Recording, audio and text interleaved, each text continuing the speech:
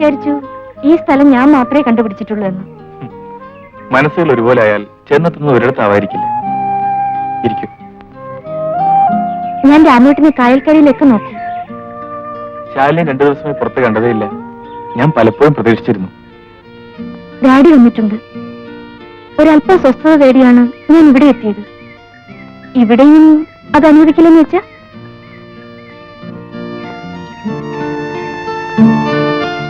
രാമേട്ടൻ എന്താ മൗനം? ശാലിനി ഒന്നും മിണ്ടുന്നില്ലല്ലോ. പണ്ടൊക്കെ എത്ര സംസാരിച്ചാലും ശാലിനിക്ക് മതിയാവുമായിരുന്നില്ല. ആ ശാലിനി അല്ലല്ലോ ഇന്ന് രാമേട്ടന് മുന്നിലിരിക്കുന്നത് എന്ന് എനിക്ക് തോന്നിയിട്ടില്ല. ഇന്നലെ രാത്രിയിൽ ഞാൻ ശ്രദ്ധിച്ചു കിടന്നു, കായലിൽ ഞാൻ ഒരു പാട്ട് കേൾക്കുന്നുണ്ടോ എന്ന്. ഉറക്കം വരാറില്ല. അപ്പോഴൊരു ഉറക്കഗുളിയെ പോലെ. ചുമ്മാ പറഞ്ഞാണ് കേട്ടോ. രാമേട്ടൻ എന്താ ആലോചിക്കുന്നത്? ഏയ്, ഒന്നുമില്ല. ഓരോ മനസ്സും ഓർമ്മകളുടെ ശവപ്പറമ്പാണെന്ന സത്യം ആരാ പറഞ്ഞെന്ന് ഓർക്കയായിരുന്നു. അനുഭവങ്ങളാവണം, അവയ്ക്കേ പറയാൻ കഴിയൂ. രാമേട്ട, ചോദ്യമെന്ന് കരുതിയതാണ്.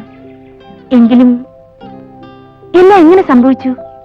നമ്മൾ ഈ കായലോരത്ത് വെച്ച് വീണ്ടും കണ്ടപ്പോൾ ഞാൻ ആദ്യം പറയേണ്ടത് അതിനെക്കുറിച്ചായിരുന്നു. പക്ഷേ പറഞ്ഞില്ല. കാരണം എനിക്ക് നന്നായി അറിയാം ശാലിനി എന്നെ മനസ്സിലാക്കിയിട്ടുണ്ടെന്ന്. എല്ലാവരും രാമേട്ടനെ കുറ്റപ്പെടുത്തിയപ്പോഴും ശപിച്ചപ്പോഴും എനിക്കുറപ്പായിരുന്നു രാമേട്ടൻ ഒരിക്കലും ഒരു കൊലയാളിയാവാൻ കഴിയില്ലെന്ന്. ഒരു പെണ്ണിന്റെ നിസ്സഹായത പൂർണ്ണ രൂപത്തിൽ ഞാൻ അറിഞ്ഞു.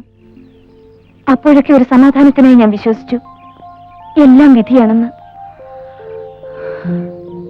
സമയം ഇത്രയായി, ഞാൻ പോട്ടെ. അതുകൊണ്ടാണ് ഉമ്മ ഞാൻ പറഞ്ഞത് അവരാവശ്യപ്പെട്ട ദിവസം നമുക്ക് നിക്കാഹ് നടത്തണം. അതേ മോനെ, ഒരു നിമിഷം മുമ്പ് ഓളം ഒരുത്തനോട് പറഞ്ഞയച്ച എനിക്ക് അത്രയും സമാധാനമായി. പക്ഷേങ്കില് ബഷീർ വന്നില്ലല്ല.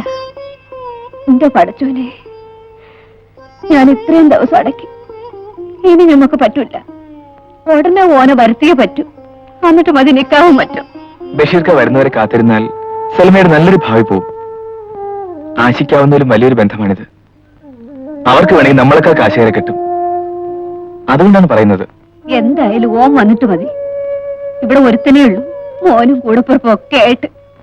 ഉമ്മ വാശി പിടിക്കരുത്. വാശിയല്ല മോനെ, നെഞ്ചിൽ നോവാണ്. ഉമ്മ, ബഷീർക്ക് സന്തോഷിക്കുകയുള്ളൂ. നടത്തേണ്ടപ്പോ നടത്തിയില്ലെങ്കിൽ ബഷീർക്ക് ഉമ്മയെ തന്നെ കുറ്റപ്പെടുത്തും. ബഷീർക്ക് വന്നിട്ട് മതി ഉമ്മ, എനിക്ക് നിക്കാഹ്. നീ എങ്ങനെ പറയരുത് സൽമ. രാമുക്കൈക്ക് അറിയാഞ്ഞിട്ടാ. ബഷീർക്ക് എല്ലാതും ഒരു നിക്കാഹിന് ഒരുങ്ങാൻ എനിക്ക് കഴിയില്ല. എന്നെ നിർബന്ധിക്കരുത്. ഞാൻ ഈ എന്ത് ചെയ്യാൻ? ബഷീർക്കയുടെ വലിയൊരു ആശയാണ് സൽമയുടെ നിക്കാഹ്. അത് തെറ്റിയെന്നറിഞ്ഞാൽ ബഷീർക്കയ്ക്ക് സഹിക്കില്ല. കേട്ടോ അമ്മ, ബഷീർക്കെ വേദനിപ്പിക്കാതിരിക്കാനാണ് ഞാൻ പറയുന്നത്. അവർ തീരുമാനിച്ച ദിവസം തന്നെ നിക്കാഹ് നടത്തണം. ചിലപ്പോ അതിനകം തന്നെ ബഷീർക്ക വന്നാലോ? ഇന്നലെ രാത്രിയിൽ ഞാൻ ശ്രദ്ധിച്ചു കിടന്നു, കായലിൽ ഞാൻ ഒരു പാട്ട് കേൾക്കുന്നുണ്ടോ എന്ന്. ഉറക്കം വരാറില്ല. അപ്പോഴൊരു ഉറക്കഗുളിയെ പോലെ.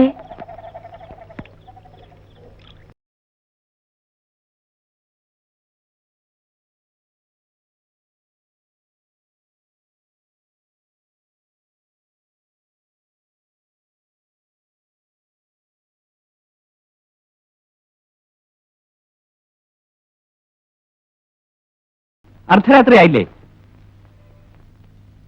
അകത്തി എന്തെന്ന് ഉറങ്ങിക്കൂടെ എനക്ക്?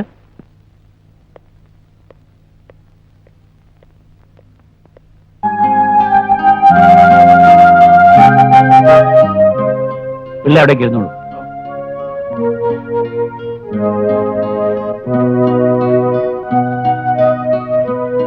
നീ എന്താ ഒന്നും കഴിക്കാത്തത്?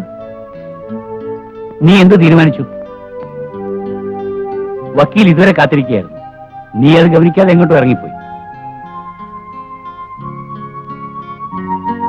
നിന്റെ നന്മയ്ക്കായിട്ടാ പറയുന്നത്.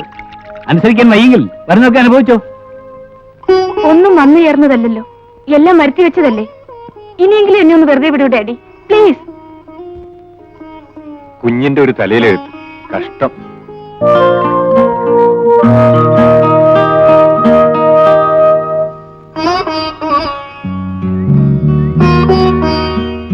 രാമേട്ടൻ ഇവിടെ തന്നെ ഉണ്ടാവുമെന്ന് എനിക്കറിയാമായിരുന്നു. ശാലിനി ഇവിടെ വരുമെന്ന് എനിക്കും അറിയാമായിരുന്നു. രാമേട്ടൻ അമ്പലത്തിലൊക്കെ പോയിരിക്കുന്നല്ലോ. അതെ, ഇന്ന് രാധയുടെ ജന്മനാളാണ്. എന്റെ അനുജത്തിയുടെ, എന്റെ നെറ്റിയിലെ ഈ ചന്ദനക്കുറി ഒരു പ്രതിജ്ഞയുടെ പുതുക്കലാണ് ശാലിനി. എനിക്കൊന്നും മനസ്സിലായില്ല രാമേട്ട. അതൊരു വലിയ കഥയാണ് ശാലിനി. ശാലിനി എന്നോട് ഒരിക്കൽ ചോദിച്ചില്ലേ എങ്ങനെ ഇതൊക്കെ സംഭവിച്ചുവെന്ന്? മറ്റൊരിക്കൽ ചോദിച്ചില്ലേ എങ്ങനെ ഈ കായൽ തീരത്ത് വന്നുവെന്ന്? എല്ലാത്തിനും ഉത്തരമാണ് എന്റെ ഈ ദുരന്തത്തിന്റെ കഥ. ഓർക്കാപ്പുറത്തൊരു കൊടുങ്കാറ്റില്ലെന്ന വണ്ണം എന്തൊക്കെയോ തകർന്നു വീണത് മാത്രം ശാലിനിക്കറിയാം. മറ്റൊന്നും അറിയില്ലല്ലോ. രാമേട്ട, ഇതെന്താ കൊച്ചു കുഞ്ഞുങ്ങളെ പോലെ? ശാലിനിക്കറിയില്ല. എന്റെ മനസ്സിൽ അഗ്നിപർവ്വതമാണ്. ഏത് നിമിഷവും പൊട്ടിത്തെറിക്കാനായി കാത്തിരിക്കുന്ന ഒരു അഗ്നിപർവ്വതം. ശാലിനിയെ കണ്ടുമുട്ടി ഞാൻ എന്റെ മോഹങ്ങൾക്ക് നിറങ്ങൾ ചാലിച്ച കാലം. അന്ന് എനിക്ക് ആകെ ഉണ്ടായിരുന്നത് എന്റെ കൊച്ചനുജത്തി രാധ മാത്രം. എന്റെ എല്ലാമായിരുന്നു അവൾ. അവൾക്ക് ഞാനും. ആഹാ, ചേട്ടൻ ഇതുവരെ ഇറങ്ങിയില്ലേ? എനിക്കൊരുങ്ങിയാ തീരില്ലെന്നല്ലേ എപ്പോഴും വഴക്ക്. എന്നിട്ടിപ്പോ നിന്റെ കൂടെ വരികയല്ലേ, അപ്പൊ ആ ഗമയൊക്കെ വേണ്ടേ? ആ ഗമയം കാണിച്ചോണ്ട് നിന്നോ. അപ്പോഴേക്ക് അമ്പലം അടച്ച് പൂജാരി സ്ഥലം വിടും. ഇനി ഈ പതിവ് തുടർന്നാൽ പറ്റില്ലല്ലോ. എന്ത് പതിവ്? ഓരോ പിറന്നാളിലും നിന്റെ കൂടെ അമ്പലത്തിൽ വരണമെന്ന പതിവ്. പിന്നെ ഞാൻ തനിച്ചു പോവാനോ? ആഹാ, മറ്റെല്ലാ ദിവസവും ഞാൻ കൂട്ടുവന്നിട്ടാണോ നീ പോകുന്നത്? അതല്ല, പക്ഷേ പെരുന്നാളിന് ഇതൊരു പതിവായിപ്പോയി. അച്ഛനോടൊത്ത് പോയ ഓർമ്മയില്ല. അമ്മയുടെ കൂടെ പോയൊരു ഓർമ്മയുണ്ട്. പിന്നെ ചേട്ടനായിരുന്നു എല്ലാ വർഷവും. നിന്നെ തനിച്ചു വിടാനൊന്നും അല്ല എന്റെ പ്ലാൻ. കാണാൻ കൊള്ളാവുന്ന നല്ലവനായ ഒരു ചെറുപ്പക്കാരനെ കണ്ടുപിടിച്ച് കൂടെ വിട്ടുതരാനാണ് പരിപാടി. ഈ ചേട്ടൻ ഞാൻ പോന്നു. ഇല്ല, പറയട്ടെ. അന്ന് പിന്നെ ഞാൻ കൂടെ വരാന്ന് പറഞ്ഞാലും നീ സമ്മതിക്കില്ല. ആരാ നോക്ക്. മിസ്റ്റർ രാമു ഉണ്ട്, വിളിക്കാം. മാത്യു സാർ തന്നയച്ചാണ്.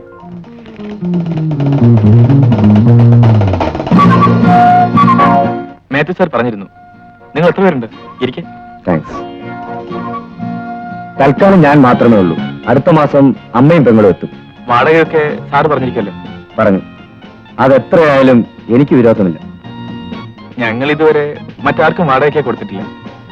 ഇവിടെയാണെങ്കിൽ ഞാനും എന്റെ സഹോദരി മാത്രമേ ഉള്ളൂ. ഞങ്ങൾക്ക് ഇത്രയും സ്ഥലത്തിന്റെ ആവശ്യമില്ല.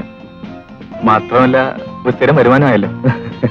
ആ രാധേ, എന്താ ചേട്ടാ? വടക്കേപ്പുരയുടെ താക്കോലിങ് എടുക്കുക. പിന്നെ കറണ്ട് ചാർജ് പ്രത്യേകം തരേണ്ടി വരും. അതിനെന്താ? ആ, എന്താ ജോലി എന്ന് പറഞ്ഞില്ല? Medical representative. വായു നോട്ടവും ഡോക്ടർമാരെ ചാക്കിടും. ഇതാ. എന്നു മുതൽക്കാണ് താമസാകുന്നത്? ഇന്ന് മുതൽക്ക് തന്നെ ആയിക്കോട്ടെ. തൽക്കാലം തനിച്ചായതുകൊണ്ട് വലിയ ലഗേജ് ഒന്നുമില്ല. വെറുതെ എന്തിനാ ലോഡ്ജിൽ വാടക കൊടുക്കുന്നു? അവിവാഹിതനാണെങ്കിലും കാശൊക്കെ വളരെ സൂക്ഷിച്ചേ ചെലവാക്കുള്ളൂ കേട്ടോ. വരൂ, സ്ഥലം കാണിച്ചു തരാം.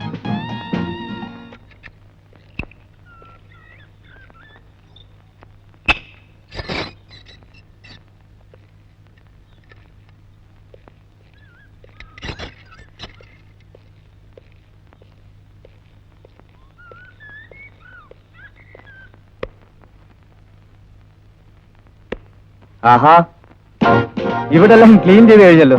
താങ്ക്സ്. വൃത്തിയാക്കി തീർന്നില്ല. സാരമില്ല, ബാക്കി എല്ലാം ഞാൻ ചെയ്തോളാം. ഒറ്റയ്ക്കല്ലേ ജീവിതം. എല്ലാം ചെയ്ത് നല്ല പ്രാക്ടീസ് ഉണ്ട്. കൂടാത്തതിന് ഇപ്പൊ ഈ റപ്പായി ഉണ്ടല്ലോ. ആ സോറി, ഇതാണ് മിസ്റ്റർ റപ്പായി മാപ്പിള എന്ന് പറയുന്ന റപ്പായി ചേട്ടൻ, എന്റെ കുക്ക് കം മാനേജർ. ഇതാണ് നമ്മുടെ ഗ്രഹദാതാവ് മിസ് രാധ. മിസ് എന്നുള്ളത് ഒരു ഉദ്ദേശം വെച്ചങ്ങ് തട്ടിയതാണ്. ശരി തന്നെയല്ലേ? ചേട്ടനല്ലേ? ചേട്ടനില്ല, ഇപ്പൊ വരും.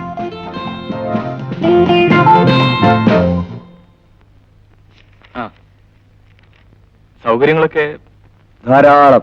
ഇരിക്കണം. എന്ത് സഹായങ്ങൾ വേണമെങ്കിലും പറയാൻ മടിക്കണ്ട. രാവിലെ 10 മണി കഴിഞ്ഞാൽ പിന്നെ വെള്ളം കിട്ടില്ല. എന്തായാലും പറഞ്ഞത് നന്നായി. വിശാലമായിട്ട് എണ്ണ തേച്ചൊന്ന് കുളിക്കണമെന്ന് തോന്നുന്ന സമയത്ത് വെള്ളമങ്ങാനും നിന്നു പോയാൽ. ആ, കമ്പനിയിൽ നിന്ന് ഇറങ്ങിയപ്പോഴേ താമസിച്ചുപോയി. എന്നാ ഞാൻ വരട്ടെ.